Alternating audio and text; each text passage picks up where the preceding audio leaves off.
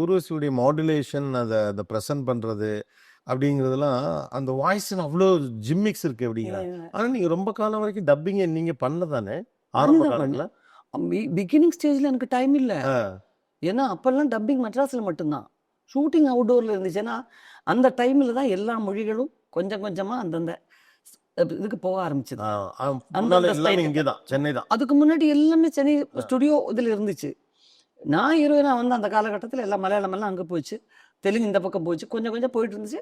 Dubbing post ப்ரொடக்ஷன்லாம் இங்கே நடக்கும். நம்ம எங்கேயோ ராஜமன்றியில் ஒரு இடத்துல இருப்போம். அங்கே இருந்து கூட 2 பேரை வச்சுக்கிட்டு தானே வரணும். ஓ, அப்ப அந்த ஃபீசிபிலிட்டிலாம் ரொம்ப கம்மி. ரொம்ப கம்மி. ஏன்னா இதுதான் ஹப் எல்லாத்துக்கும். அப்போ எல்லாத்துக்கும் சென்னை தான்.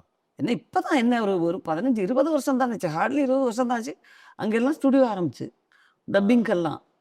அது வரைக்கும் சென்னை தான் பேஸ். ஸோ அதனால தான் எல்லா சவுத் இந்தியன் ஆர்டிஸ்டுடைய வீடுகளும் இங்கே இருக்கு, இங்கே தான் இருப்பாங்க. இங்கே தான் எல்லாம். நான் படித்த ஸ்கூலு எங்க சினிமா ஸ்கூலுன்னு பேர் அதுக்கு. கோடம்பாக்கத்துக்கு நடுவில் வச்சிருந்தாங்க, கோடம்பாக்கம் கவர்மெண்ட் ஸ்கூலு. நீங்க பார்த்தீங்கன்னா பிளைமவுத்ல இருந்து இம்பாலால இருந்து அம்பாசடர் தியேட்டர் வரைக்கும் வரிசையா நிற்கும்.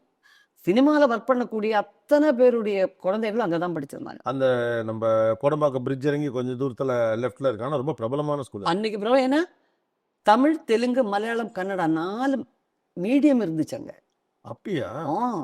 எம்ஜிஆர் சார் வந்து இங்கே சினிமாவில் இருக்கிறவங்களுக்கு குடும்பத்தை வேற இடத்துல விட்டு இங்கே இருக்கக்கூடாது அப்படிங்கிறதுக்காக எல்லா மீடியமும் வச்சுட்டார். ஓகே. 7 to 1 ஒரு ஷிஃப்ட்டு, 1 to 5:30 வேற ஒரு ஷிஃப்ட். அதாவது இந்த கோடம்பாக்கம் சினிமா ஏரியாங்கிறது வெறும் ஸ்டுடியோ வச்சு இல்ல. இல்ல சினிமாக்காரர்களுக்கு தேவைப்படக்கூடிய எல்லா வசதிகளும் எல்லாமே அங்க, எல்லா ஸ்டுடியோஸ் அங்க தானே உங்களுக்கு எல்லாமே. இப்போ வாகினி ஸ்டுடியோவில் பார்த்தீங்கன்னா நான்லாம் அமிதாப் சார் அங்கே தான் பார்த்தேன். முதலமைச்சர் ரிலீஸ் ஆனதுக்கப்புறம் நான் ஒரு பாவாடை சட்டை போட்டுட்டு மேக்கப் ரூம்ல இறங்குறேன், அமிதாப் சார் இறங்குறாரு. இதுதான் ஊர்வசி. இவ்வளோதான் இருக்கா இந்த பொண்ணு? படத்தில் பார்த்தா பெரிய பொண்ணு மாதிரி இருக்கு. அவர் சொல்றாரு பட்டா பிடி லட்கி ஏதோ சொல்றாரு. சொல்லி டக்குனு தூக்கிட்டாரு. சார் என்ன விட்டுருங்க சார், சார் என்ன விட்டுருங்க சார், என்ன விட்டுருங்க சார், படத்தில் நல்லா பெரிய பொண்ணா தெரியுதே அப்படின்னாரு. ஸோ அந்த ஆர்டிஸ்டுங்கள் எல்லாம் நமக்கு பார்க்கக்கூடிய ஒரு வாய்ப்பு. தெலுங்குல இருக்கிற ஆர்டிஸ்ட், கன்னடத்தில் இருக்கிற எல்லாருமே இருப்பாங்க ஸ்டுடியோவில் ஒன்றா. எல்லா வழியில் இருக்கிறவங்களுக்கு நல்ல ஒரு நட்பு இருந்துச்சு அப்போ. ஓகே.